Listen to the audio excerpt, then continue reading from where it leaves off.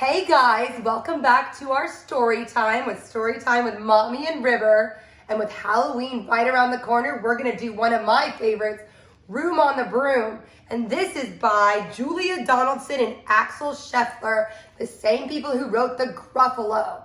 So let's get in. Room on the Broom, a national bestseller from the authors of Gruffalo, Julia Donaldson and Axel Scheffler. The witch had a cat and a hat that was black, and long ginger hair in a braid down her back.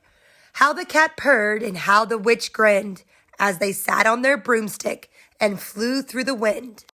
But how the witch wailed and how the cat spat when the wind blew so wildly it blew off the hat. Down, cried the witch, and they flew to the ground.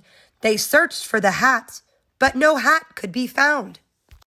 Then out of the bushes on thundering paws, there bounded a dog with the hat in his jaws. He dropped it politely, then eagerly said, as the witch pulled the hat firmly down on her head, "I am a dog as keen as can be. Is there room on the broom for a dog like me?" "Yes," cried the witch, and the dog clambered on. The witch tapped the broomstick, and whoosh, they were gone. Over the fields and the forest they flew. The dog wagged his tail, and the stormy wind blew. The witch laughed out loud and held on to her hat, but away blew the bow from her braid, just like that. "Down," cried the witch, and they flew to the ground. They searched for the bow, but no bow could be found. Then out from a tree with an ear-splitting shriek, there flapped a green bird with the bow in her beak. She dropped it politely and bent her head low, then said, as the witch tied her braid in the bow, "I am a bird as green as can be. Is there room on the broom for a bird like me?" "Yes," cried the witch, so the bird fluttered on. The witch tapped the broomstick, and whoosh, they were gone. Over the reeds and the rivers they flew. The birds shrieked with glee, and the stormy wind blew. They shot through the sky to the back of beyond. The witch clutched her bow, but let go of her wand. "Down," cried the witch, and they flew to the ground. They searched for the wand, but no wand could be found. Then all of a sudden, from out of the pond, leaped a dripping wet frog with a dripping wet wand.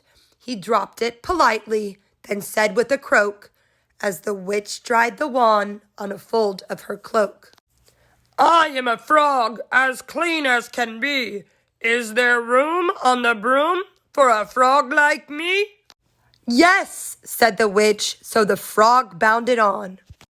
The witch tapped the broomstick, and whoosh, they were gone. Over the moors and the mountains they flew. The frog jumped for joy, and the broom snapped in two. Down fell the cat and the dog and the frog. Down they went tumbling into a bog. The witch's half broomstick flew into a cloud, and the witch heard a roar that was scary and loud. "I am a dragon as mean as can be, and which with French fries tastes delicious to me." "No!" cried the witch, flying higher and higher. The dragon flew after her, breathing out fire. "Help!" cried the witch, flying down to the ground. She looked all around, but no help could be found. The dragon drew near with a glint in his eyes and said, "Just this once, I'll have witch without fries."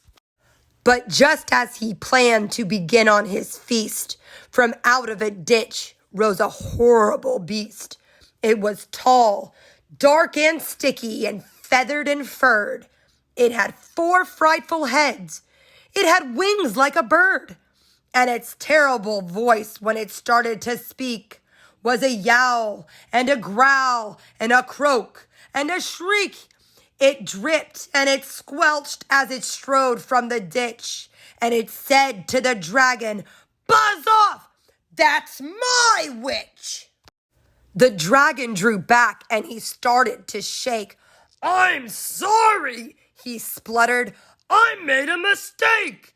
It's nice to have met you, but now I must fly." And he spread out his wings and was off through the sky. Then down flew the bird, and down jumped the frog. Down climbed the cat, and phew, said the dog. And thank you, oh, thank you, the grateful witch cried. Without you, I'd be in that dragon's inside. Then she filled up her cauldron and said with a grin, "Find something, everyone. Throw something in." So the frog found a lily, the cat found a cone, the bird found a twig, and the dog found a bone. They threw them all in, and the witch stirred them well. And while she was stirring, she muttered a spell. Iggity, ziggity, zaggity, zoom! Then out rose a truly magnificent broom, with seats for the witch and the cat and the dog, a nest for the bird, and a pool for the frog. "Yes," cried the witch, and they all clambered on. The witch tapped the broomstick, and whoosh, they were gone.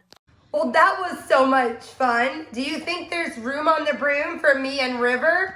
Make sure to like and subscribe and turn on all notifications so you don't miss the next book in our series. Also, I've been posting a lot of awesome shorts and other videos from me and my crazy crew, so make sure you check it out. See you next time.